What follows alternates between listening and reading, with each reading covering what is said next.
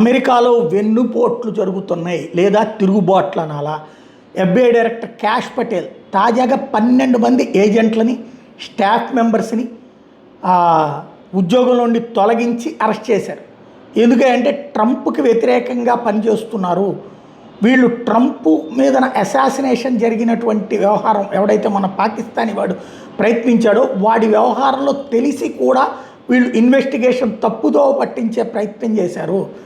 ఈ ఏజెంట్స్ అందరూ కూడా సంథింగ్ ఎవరితోనో ట్రంప్కి వ్యతిరేకమైనటువంటి ప్రాక్సిస్తో కలిసి ఉన్నారు అని అనుమానిస్తున్నారు. అందుకని చెప్పి ఇప్పుడు వాళ్ళని పక్కన పెట్టి వాళ్ళ మీద విచారణ ప్రారంభించారు. తద్వారా సంచలనం సృష్టిస్తున్నటువంటి పరిస్థితి అయితే ఉంది. ట్రంప్కి సొంత దేశంలో మొన్నే ట్రంప్ ఏడ్చాడు కూడా, కంటతడి పెట్టుకున్నాడు కూడా, నేను ఎంతకాలం బతుకుంటానో తెలియదు. ఇప్పటికీ 8 సార్లు హత్య ప్రయత్నించి తప్పించుకున్నాడు అతను, లేదా కుట్రల నుంచి తప్పించుకున్నాడు అతను. ఏం జరుగుతుందో చూడాలి.